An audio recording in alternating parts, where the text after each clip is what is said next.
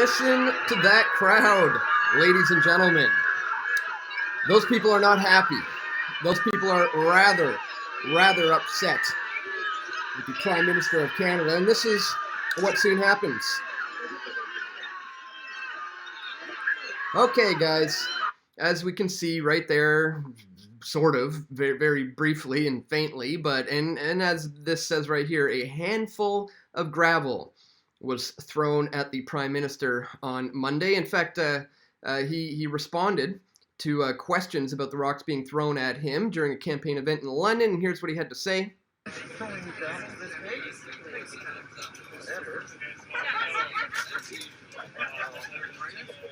So he says there was just a little bit of something might have touched my shoulder. It might have or it did.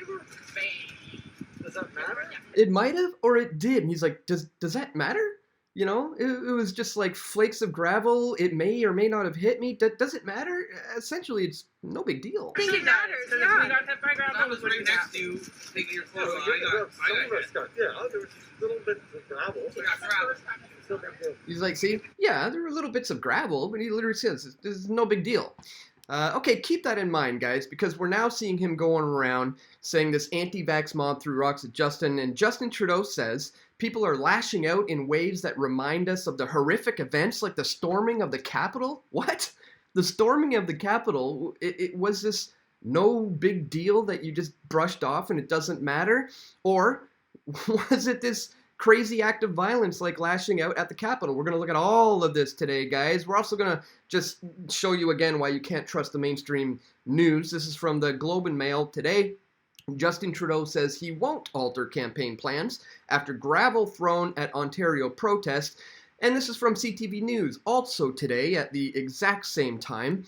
Trudeau says Liberal campaign needs to adjust after violent event. Well, which one is it, guys? We're going to look into that. And we're also going to look at the question, was this a violent event in the first place? Or was this possibly the work of provocateurs? Agent provocateurs, undercover police officers working on the behalf of the Liberal government. We're going to look very closely into that, guys. Meanwhile, Maxime Bernier of the People's Party of Canada was just recently actually assaulted. Boom! Physically hit in the head. That's a real, actual assault. And here's what CBC News tweeted about that. An activist hit Maxime Bernier with an egg. So over here we have, anti-vax mobs who throw a little bit of gravel at the Prime Minister. And, when Bernier gets smacked in the head with an egg, it's an activist who did it, not a protester. An activist. Go get him, activist. This is just absolutely disgusting, guys. We're going to cover all of this and much, much more in this video, so stick with us as we do. But I'd first ask you to check us out here at pressfortruth.ca/donate. If you appreciate our efforts, guys, we really need your help moving forward and able to keep this going. It's only because of you that I'm able to continue doing this work. I'm 100% beholden to you, the viewers. I do not accept YouTube ad money or Google money. I'm 100% funded by you, the viewers. So it's people like you who contribute to this being possible. So thank you to anybody who has. And if you haven't yet, please check us out here at pressfortruth.ca/donate. All right, guys, let's pull it back to this again, because why not? Turn it down a little bit. So clearly things have changed quite a bit for the Prime Minister. And I get frustrated sometimes with people who don't see the cycles every 4 years or 6 years or whatever it is. Do you remember back in 2015 when everybody hated Stephen Harper so much? They hated Harper, and it was like, get him out, anybody but him. And here came this young charismatic guy with great hair, and everybody was like, yes, that's our hope and change. That's our hope and change. And well, fast forward and look at just the hatred towards him. And people are now ready to vote in just about anybody so long as it's not him. And that's just craziness. But let's continue here. This mob is obviously quite upset, and rightly so. Now let's listen to what he actually officially had to say in regards to what happened here. This is pretty revealing. Yes, there is a small fringe element in this country. No, it's not a small fringe element. This is absolutely huge. You have segregated society into a two-tier first and second class. This isn't small. This is huge. It is angry. Yeah, of course they're angry. They have every right to be at this stage in the game. Like I said, you've segregated society into this two-tier first and second class citizen system. So rightly so, they're angry right about now. Believe in science? Who don't believe in science? Well, science is not something you believe in. Science is not something you trust. Science is a process of rigorous testing over and over. Has nothing to do with trust or belief. That is lashing out with racist, misogynistic attacks. What? That's pretty much the most idiotic liberal thing you could say. Racist, misogynistic attacks. Where does he get the misogyny, the misogynistic attacks? Is it because he's a feminist? I mean, this is just absolutely insane. Maybe you can help me if I'm missing something here, but wow, that's just crazy to me. But Canadians, the vast majority of Canadians, are not represented by them. And I know will not allow those voices, those special interest groups, those people, protesters who can, I don't even want to call them protesters, those anti-vaxxer mobs, to dictate how this country gets through this pandemic and how we recover from lockdowns, where people can get back to work and back to doing the things they want to do and keep our kids safe. That is some violent rhetoric. That is some of the worst propaganda pinning society against the vaxxed against the unvaxxed. When he literally finished that by saying, this is for our kids, these people are making it unsafe for our children.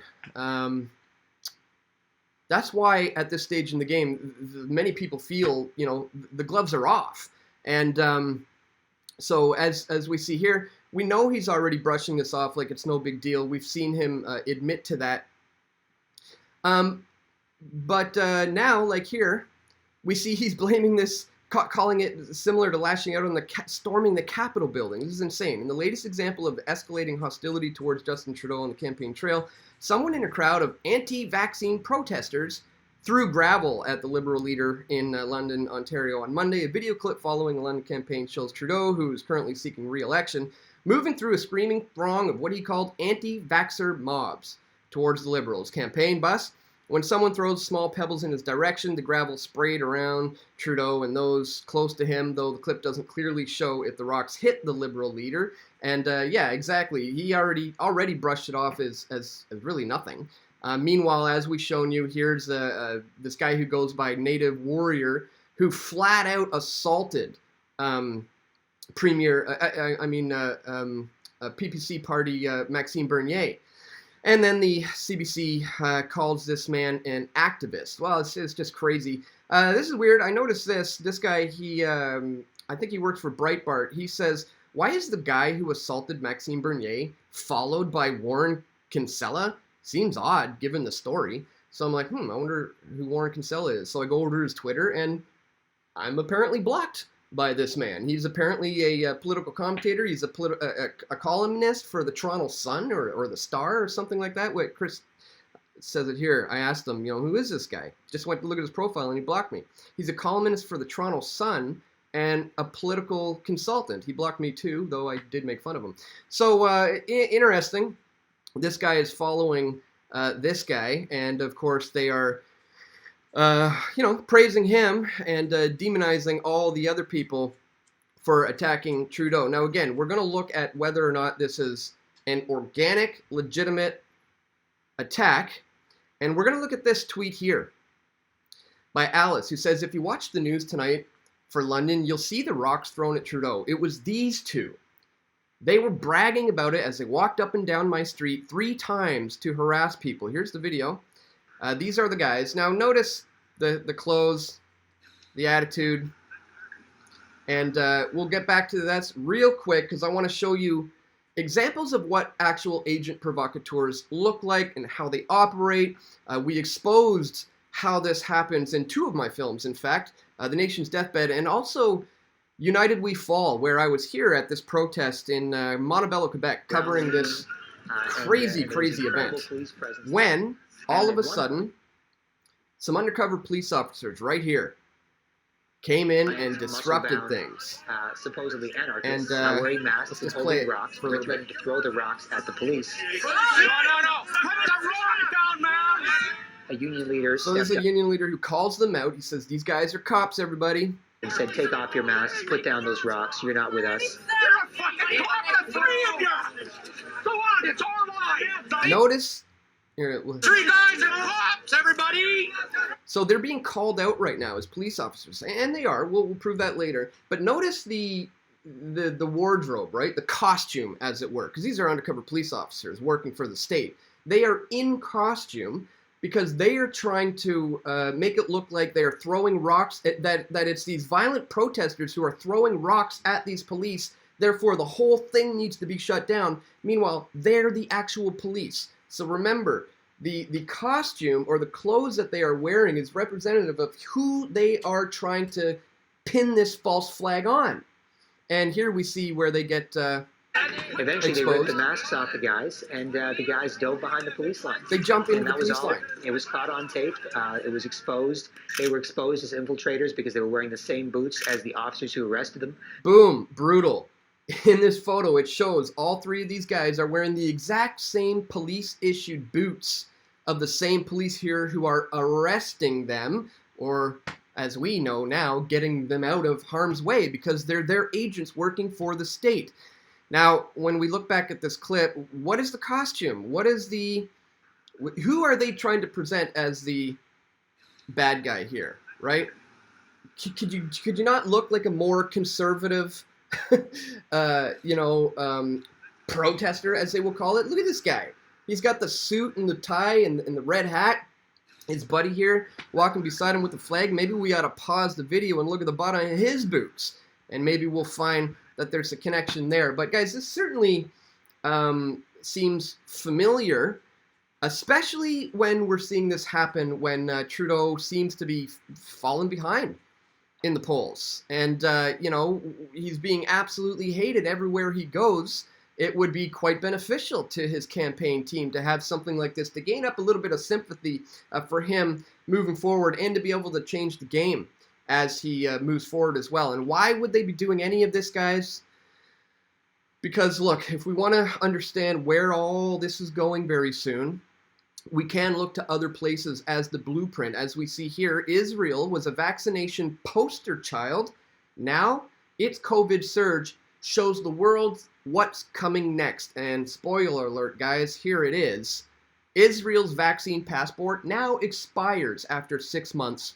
Boosters are required. Israel's vaccine passport QR system, the Green Pass, will now expire 6 months after the second injection is received, making a third and possibly a fourth, and booster shots effectively mandatory in order to continue participating in Israel's mainstream society. So there you have it. You get the vaccine, you do your part, you get your first one, you get your second one, you get the Green Pass, you're like, yay, I can get into the bars and the restaurants and the stores again. And then 6 months later, they say, ding, you notice your thing changes to orange or red, and you're like, wait, I can't get into the bars anymore? I did all the things. And they say, well, you got to do it again. Don't you know about the variants? And what they've done here, folks, is set up a kind of like a perpetual reoccurring payment system on the immune system. This is reoccurring payments for immunity, is what we've seen from the pharmaceutical giants. And again, we have to pay attention to what's happening in Israel because we often see these things being tried out and blueprints being set, and then Canada soon falling in their footsteps. So very, very important stuff, guys, for you to understand today.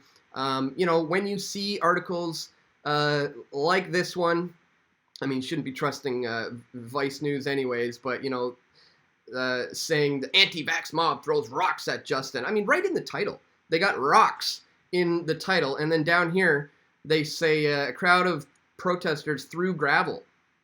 Gravel, okay, well, what is this? Clickbait? Anyways, shouldn't be paying attention to Vice News anyways. It's pure fake news. Same with these mainstreams who can't seem to make up their mind about what's actually going on. He says he won't alter his campaign. Now he says he is going to alter the campaign. Liberal leader Justin Trudeau says campaign events need to adjust to make people safe after gravel was thrown at him at an Ontario Whistle Stop campaign event. But he says Canadians should be proud that politicians can walk down the street without fear of being attacked like they might in the United States. He compared Monday's incident to the January 6th riot at the U.S. Capitol buildings and says Canada should stand firm and not let such polarization take over. What? You're the one polarizing society entirely in the first place. As we said, segregating everyone into a two-tier first and second class citizenship of the vaxxed versus the unvaxxed. Again, ladies and gentlemen, it seems we're being played, we're being manipulated, and I would just ask that you continue to not fall for it. Turn the TV off, turn your radios off, stop reading those newspapers, and continue to tune into the alternative sources of information who are really doing the deep dive digging into what you need to understand here that you're not going to get from the mainstream, guys. So once again, if you appreciate my efforts to bring you this information, please check us out here at pressfortruth.ca/donate. Once again, you can leave a one-time donation with PayPal. You can do Bitcoin. If you're on Patreon, click this banner here and become a patron of mine. It's a great way to contribute a reoccurring monthly contribution. You can do that here too by clicking on this. It goes around Patreon, so they don't take a percentage. You can also send an e-transfer to dan@pressfortruth.ca. And, of course, we have a P.O. box if you ever just want to send cash or checks or even simply just words of encouragement. It's greatly appreciated to all of you who do. And that's all for today, ladies and gentlemen. Please click the thumbs up button and share this video if you found the information to be useful. And stay tuned. We're going to have more video reports coming soon. This is Dan Dix reporting for Press for Truth. We all want truth.